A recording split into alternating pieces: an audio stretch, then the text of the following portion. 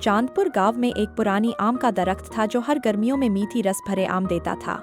मगर गांव वाले कहते थे कि इस दरख्त में एक चुड़ैल रहती है। उस चुड़ैल का नाम रिया था, लेकिन वो बुरी नहीं थी। वो असल में कभी गांव की रखवाली करती थी।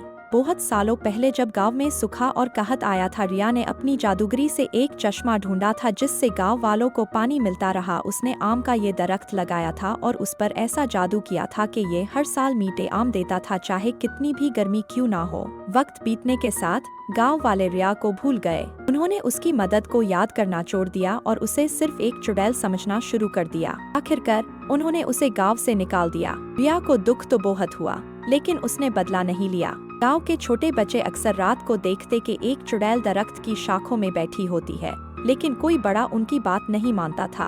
एक दिन छोटी सी लड़की अन्निका, जो चुड़ैल से डरती नहीं थी, दरख्त के नीचे आई। उसके हाथ में छोटी सी टोकरी थी जिसमें आम थे। तुम यहाँ हो? अन्निका ने प्यार से पुकारा। रिया, जो दरख्त की शाखों में थी, नीचे आई। उसके चमकते हुए चांदी जैसे बाल हवा में लहराए। मैं तुम्हारे लिए आम लाई हूँ, ये आम असल में तुम्हारे हैं। ये देखकर चुड़ैल स्माइल करती है।